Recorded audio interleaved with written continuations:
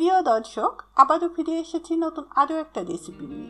আজকের রেসিপি কোনো প্রকার রান্না করা কিংবা রোদে দেওয়ার ঝামেলা ছাড়াই আমের আচার তৈরি করবেন এবং সেটা বহুদিন সংরক্ষণ করবেন।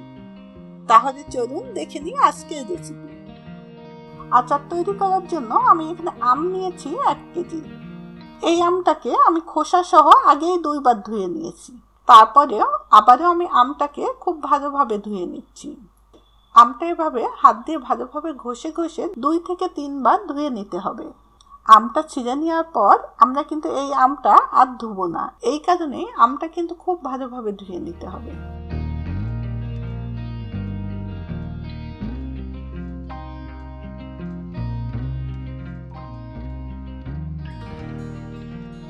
এবার আমি আমটা ছিঁড়ে নিয়ে আবারও ফিরে আসছি। এখানে আমি সরিষা নিয়েছি 2 টেবিল চামচ। সরিষাটাকে আমি ভিনেগার দিয়ে ধুয়ে নিয়েছি।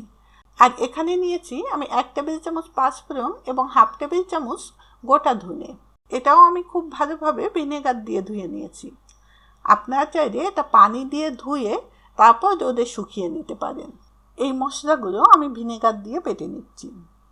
এই আচারটা তৈরি করার জন্য কোনো প্রকার পানি ব্যবহার করা যাবে না। আমটা আমি ছিঁড়ে নিয়ে ফিরে এসেছি। এবার একটা কিচেন টিস্যুর সাহায্যে আমি আমের উপরটা খুব ভালোভাবে মুছে নিচ্ছি। আমের গায়ে যেন কোনো প্রকার পানি না থাকে।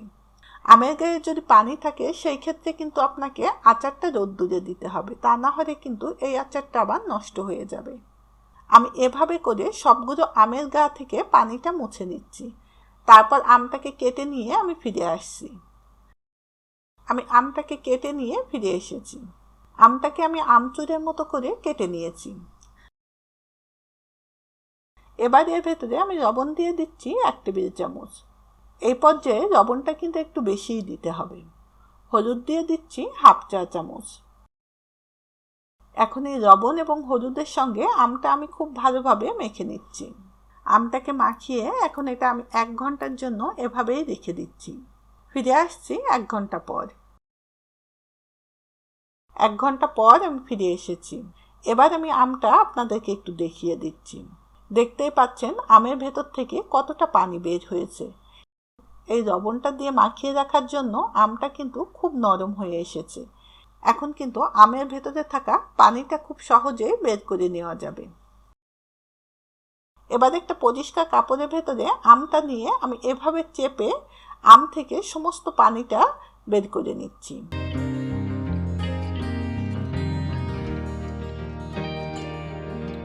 দেখতেই পাচ্ছেন আমের ভেতর থেকে কতটা পানি বের হচ্ছে। খুব ভালোভাবে চেপে কিন্তু আম থেকে পানিটা বের করে নেবেন।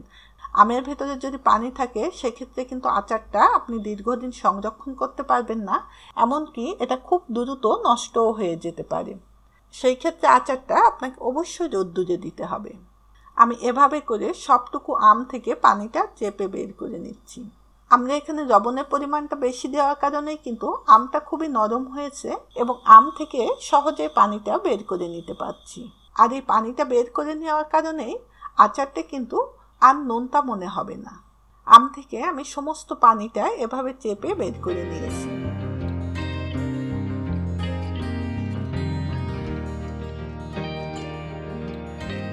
এখন এর ভেতরে আমি সেই ধনে এবং পাঁচফোড়ন বাটা দিয়ে দিচ্ছি 1.5 টেবিল চামচ। সরিষা বাটা দিয়ে দিচ্ছি 1 টেবিল চামচ। এই আচারটা তৈরি করার জন্য মশলার পরিমাণটা কিন্তু একটু বেশি দিতে হবে। শুকনো মরিচের পাউডার দিয়ে দিচ্ছি 1 চা চামচ। মরিচটা আপনারা আপনাদের স্বাদ বুঝে কম বেশি করে নেবেন। এই পর্যায়ে সরিষার তেল দিয়ে দিচ্ছি 2 টেবিল চামচ।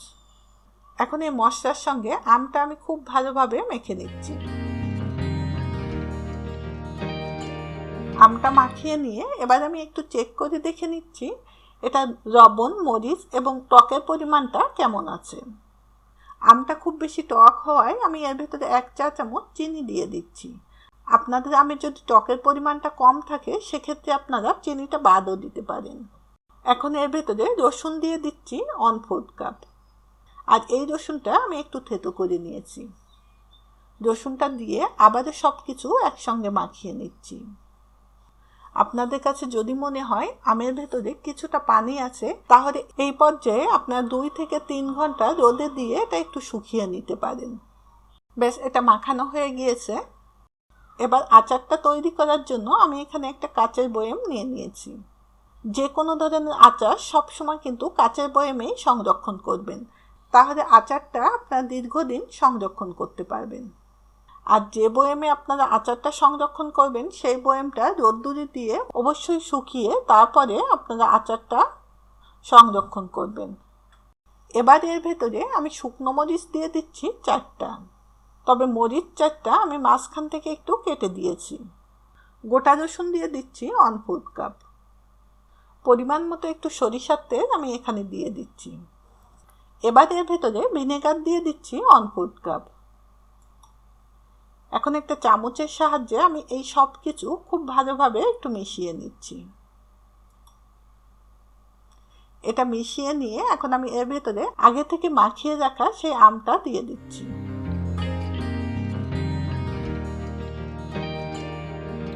কিছুটা আম দিয়ে তারপর তেলের সঙ্গে খুব ভালোভাবে মিশিয়ে নিতে হবে। তারপর আমি বাকি আমটাও এর ভেতরে দিয়ে দিচ্ছি।